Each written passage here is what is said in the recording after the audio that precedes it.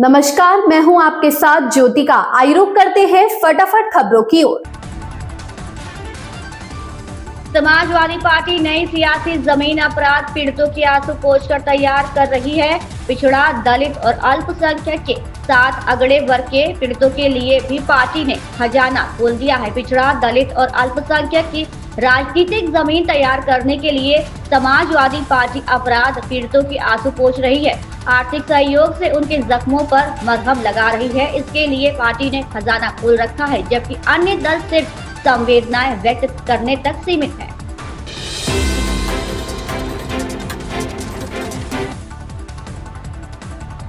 Saudi अरब की 2 दिवसीय यात्रा पर रवानगी से पहले प्रधानमंत्री नरेंद्र मोदी ने दोनों देशों के मजबूत संबंधों पर जोर दिया। पीएम मोदी ने कहा कि भारत सऊदी अरब के संबंध काफी मजबूत हैं। उन्होंने दोनों देशों के संबंधों की ताकत पर जोर दिया, साथ ही साझेदारी को अनिश्चितताओं से भरे विश्व में स्थिरता का स्तंभ बताया। इसके अलावा उन्होंने क्राउन प्रिंस मोहम्मद बिन सलमान के नेतृत्व और नियंत्रण की भी तारीफ की।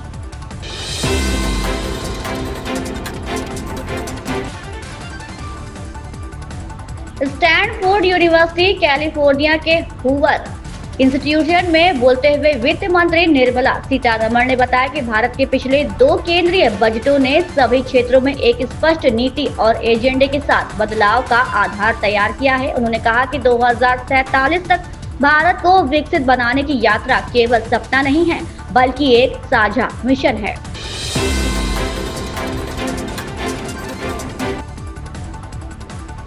राजस्थान के सीएम भजनलाल शर्मा ने चूरू में संकल्प दिवस समारोह में संबोधित किया। उन्होंने कहा, कांग्रेस ने इस देश में सबसे ज्यादा शासन किया है, चाहे वो केंद्र हो या राज्य हो या हरियाणा हो। आज वे बहुत बोलते हैं, लेकिन अपने शासन के दौरान उन्होंने केवल गरीबी हटाओ का नारा दिया, लेकिन गरीबों से उनका कभी कोई रिश्ता नहीं रहा।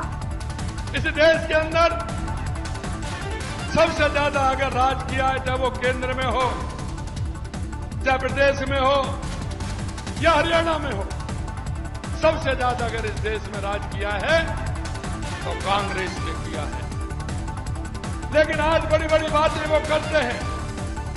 मैं देखता हूं कितने लोग शेखावाटी के कांग्रेस के लोग यहाँ प्रदेश में भी मंत्री रहे, केंद्र में भी मंत्री रहे, लेकिन कांग्रेस की सरकार ने हमेशा गरीबी हटाओ का नारा दिया, यमुना के जल का भी झांसा दिया।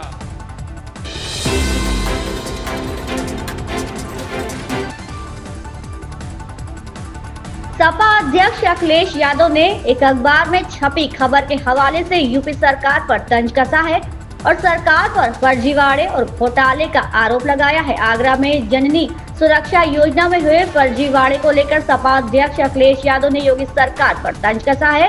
उन्होंने एक्स पर कहा कि भाजपा राज्य में धांधली और भ्रष्टाचार का ये कमाल है कि कहीं मतदाता सूची में 37 मतदाताओं का एक पिता दर्ज है और अब जननी सुरक्षा योजना में इस फर्जीवाड़े का भंडाफोड़ हुआ है।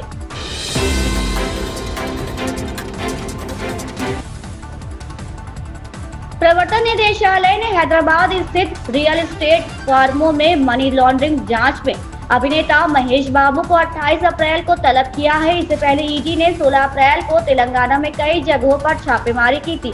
ईडी के मुताबिक प्रवर्तन निदेशालय ने हैदराबाद के सिकंदराबाद, जुबली हिल्स और बेवेनेपल्ली इलाकों में छापेमारी की थी। छापेमारी मनी लॉन्ड्रिंग मामले में सुराना ग्रुप और साई सूर्या डेवलपर्स के खिलाफ की गई थी।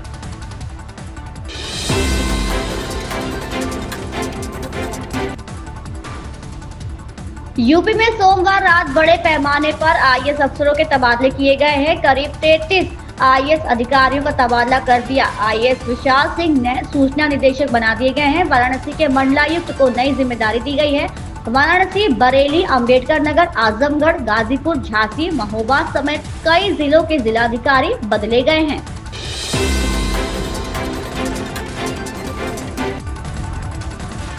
हरियाणा के सीएम नायब सिंह सैनी ने पंचकुला के सुख दर्शनपुर गांव स्थित माधव गौशाला परिसर में श्री राधा कृष्ण मंदिर का उद्घाटन किया। उन्होंने कहा, ये मेरा सौभाग्य है। इस दिव्य मंदिर के निर्माण के लिए सभी लोगों को मेरी शुभकामनाएं। कि माधव गौशाला चैरिटेबल ट्रस्ट में आज इस शुभ अवसर के ऊपर श्री राधा कृष्ण मंदिर का लोकार्पण भी हुआ है।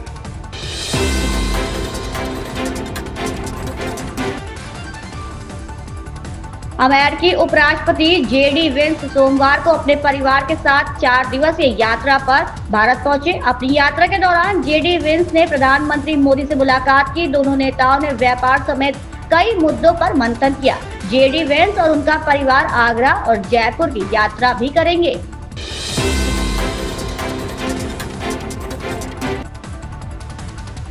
भारतीय वित्त मंत्री निर्मला सीतारमण इन दिनों अपने अमेरिका और पेरू की 11 दिन की यात्रा पर है। उन्होंने दौरे की शुरुआत रविवार को सैन फ्रांसिस्को से की, जहां उन्होंने भारतीय प्रवासियों से मुलाकात की और कई बड़ी टेक कंपनियों के प्रमुखों के साथ बैठकें की। साथ ही सोमवार को सीतारमण ने सिलिकॉन वैली की प्रमुख कंपनियों के अधिकारियों और निवेशकों से बातचीत की। इन खबरों में बस इतना ही। बने रहिए हमारे साथ।